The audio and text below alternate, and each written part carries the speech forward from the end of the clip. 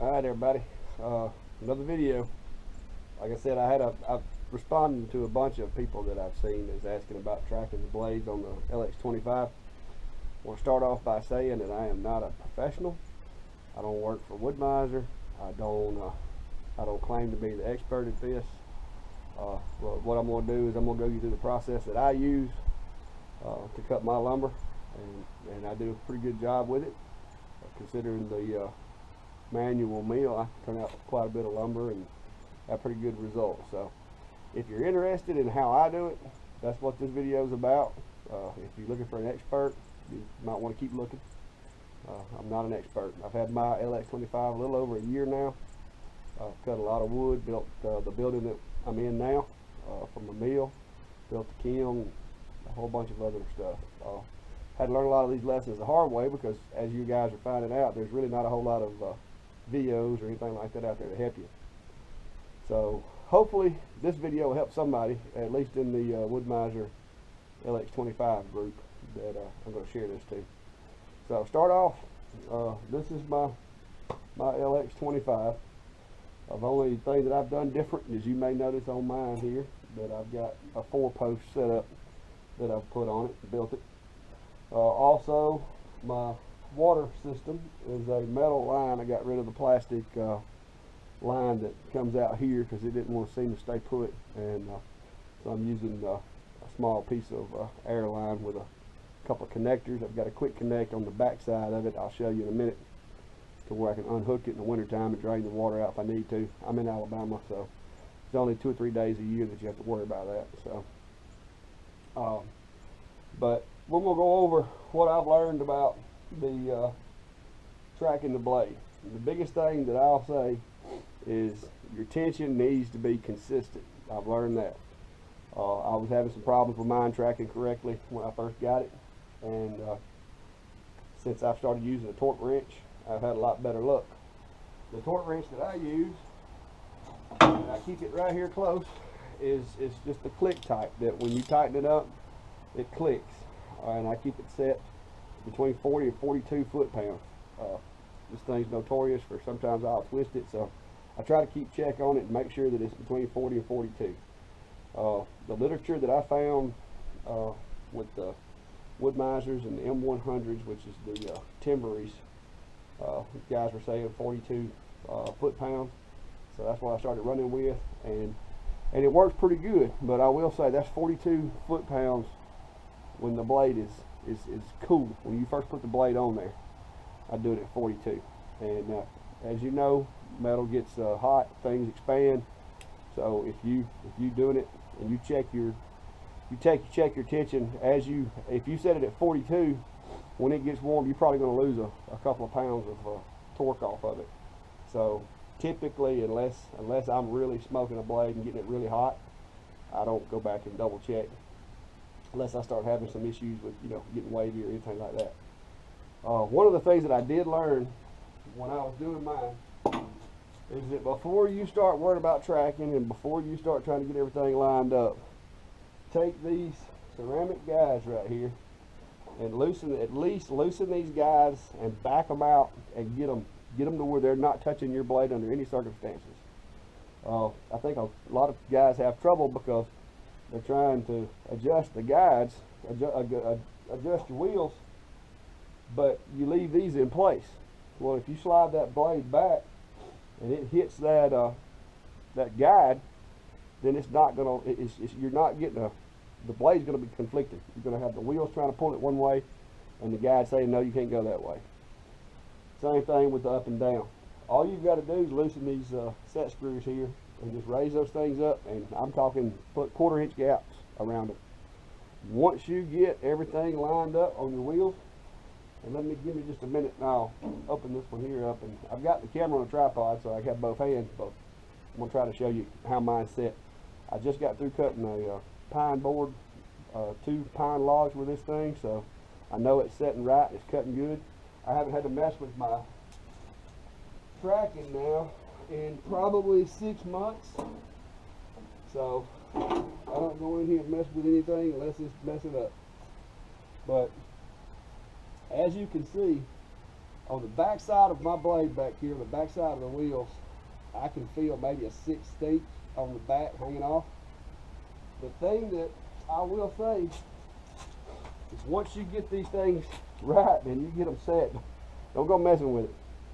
One of the easiest ways that I have been able to get it is if you'll just slowly track that blade with your hand.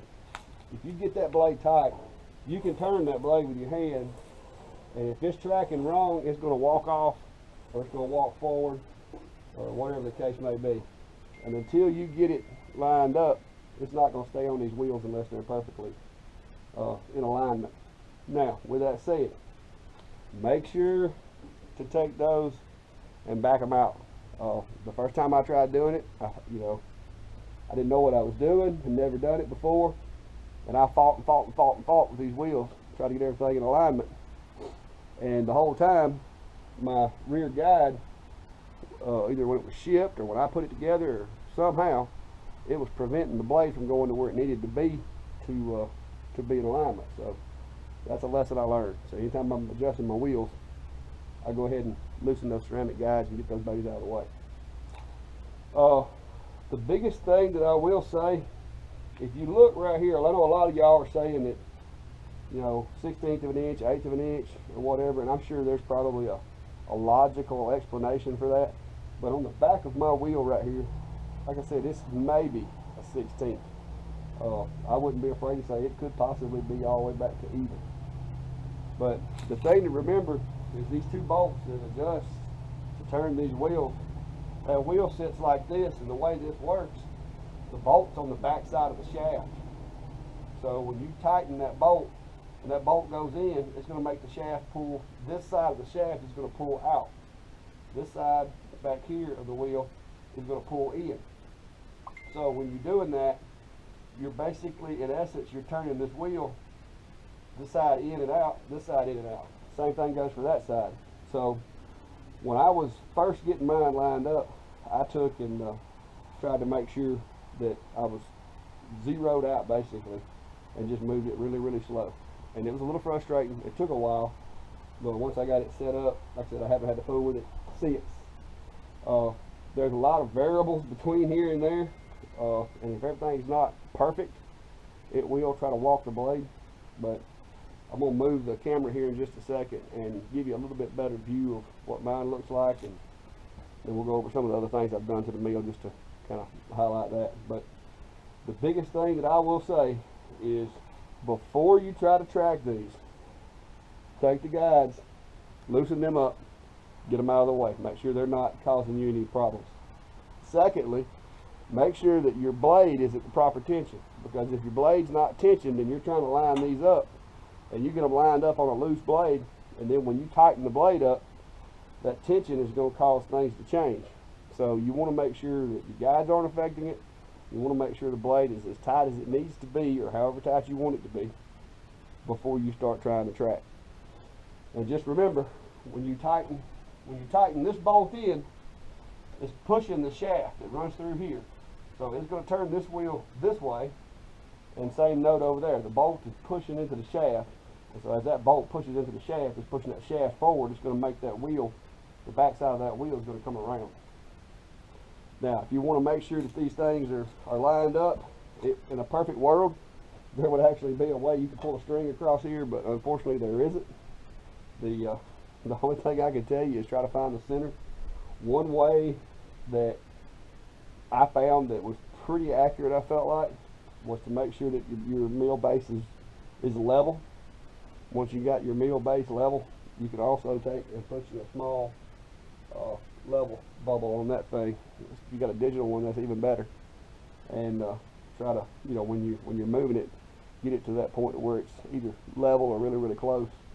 And typically, if it's the same on both sides and nothing's touching it, then you should be pretty close. And you're gonna have to fine tune it, and the only way I found to fine tune it and get it right is to tune it, let it run. Once you get it where you want it, and just try again. That was what I finally came up with. It may be an easier way, but like I said in the beginning of the video, this is kind of how I do it. So Give me just a minute. I'm going to walk around and I'll show you a few of my other upgrades before we finish out. Alright guys, around here to the other side of the mill now. I had to move the camera. But as you can see, this is my 4-post design I came up with. That's some repurposed steel I had laying around. It actually helps work it, make it a lot sturdier. It doesn't wobble quite as much as it did. And I always caught myself, and y'all can correct me if I'm wrong, but I caught myself putting my hand on the fuel tank a lot to try to push through. And so now I have a little bar right here that I can put a hand on. It's right here, conveniently located next to this one. And that also lets me be able to see my water and all that. The mill goes up fine, nothing hits. It works pretty well, like I said, for a couple dollars worth of bolts and a little ingenuity, and I got it working.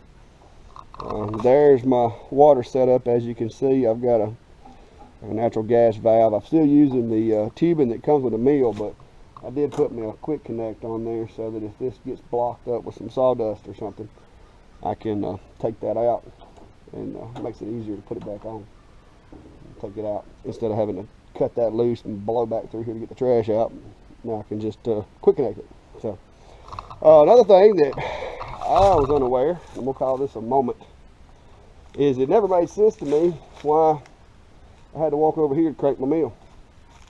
And after looking at it, I realized that, as with most small engines, you can move that cord and put it over here. Because when I'm standing over here, it makes it a lot easier to pull this way as opposed to pulling that way or pulling against it. One of my big learning points on that was that pole right there. It took about twice of me hitting my elbow, and we come up with a new approach. But I'm gonna get you in here and show you. This is the ride that I'm working with here, and the way that I have got it setting, it cuts good. It doesn't give me any trouble. I said the back side, I can't get in there to show you that, but there's not a whole lot of room in the back. And you can see this little guy here. That was from when I was having trouble getting my blades to track. They kept jumping off the back and hitting the chassis. That was like a year ago, and luckily I hadn't had that happen since. And it wouldn't be a video if I didn't hit on my latest find, and possibly my greatest creation that I've done to my LX25, and that's this guy. These things make a world of difference. You can see that bearing just barely protrudes past that 45 angle on there, and you can look at the wear on my paint there and tell that every cant I've ever flipped on this mill would get stuck on that 45-degree angle. But I will say, after 5 or 6 logs of milling since I did this, the best $10 I ever spent. So if you didn't see my post before in the Facebook group, I put the bearings down and how I did it. But feel free to message me. But yeah, that's a $10 well spent. But like I said, guys, I'm no pro. You can see this is my shop here where I keep my mill out of the rain. There's a little bit of my lumber. Now this isn't properly stacked, so don't go beating me up. This was actually just testing some blades on a small log I had laying around, and so those are for whatever I decide to do with them. Nothing else, they'll be firewood. But anyway, guys, if you have any questions, like I said, feel free to message me. I try to help people out. I'm fairly new at this. Only been doing it a year. But I will say I mill every weekend, and sometimes 2 or 3 times during the week. I've got quite my little pile of logs there. As long as I can keep those guys piled up, then I'm milling. So like I said, it's been a learning curve. Appreciate your time, and I hope, if nothing else, I hope somebody learned something from this. If you didn't learn anything today, then maybe later, maybe I'll figure something out that you might not know. But like I said, that's my advice. Loosen the guides. Make sure your blade's tension to the tension that you're going to be running it when you're sawing. Doesn't matter to me what that is, personal preference. And also, do it slow. Go slow, because if you go too fast, you're going to go past that sweet spot.